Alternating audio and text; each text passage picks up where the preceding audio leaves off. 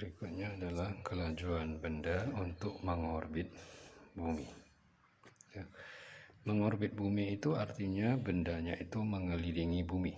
Ya, contohnya misalnya satelit. Bumi ada satelit, satelit bergerak mengelilingi bumi, jadi mengorbit. Ya.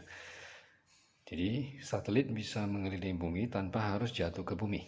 Ya, itu benda berada di ketinggian tapi tidak jatuh ke bumi. Ya. Hal ini disebabkan karena benda yang mengorbit bumi ini dia mengalami gaya gravitasi F. Gaya gravitasi ini akan menjadi gaya sentripetal bagi benda ini karena bendanya kan bergerak, bendanya memiliki kecepatan V. Ya.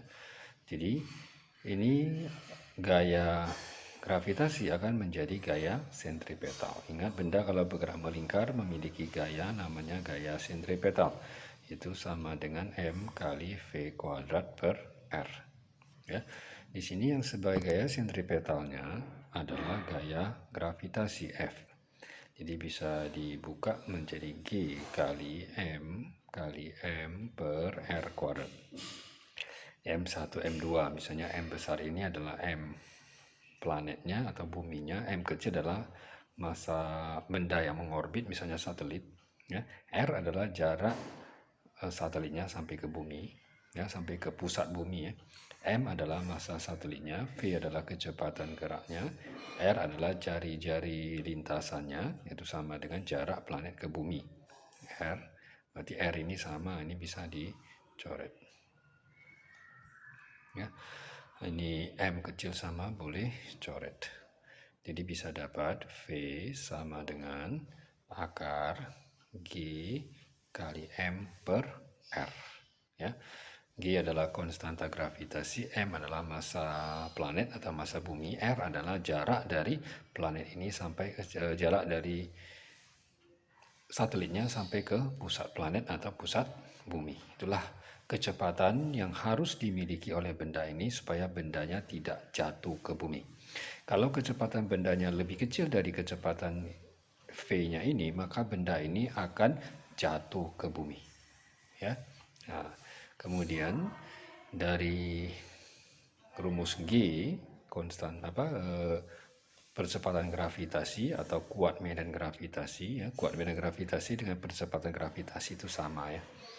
Jadi G sama dengan Gm per R kuadrat.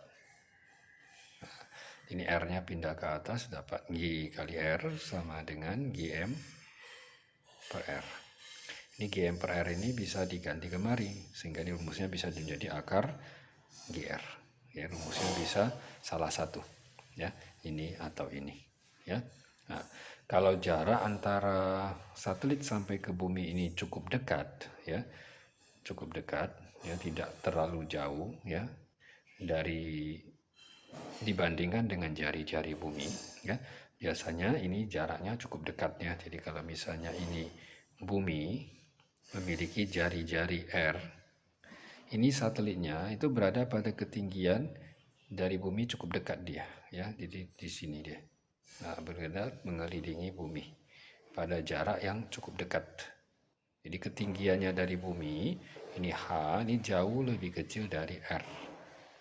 Jari-jari bumi 6.400 km. Jadi ketinggiannya itu kurang dari itu.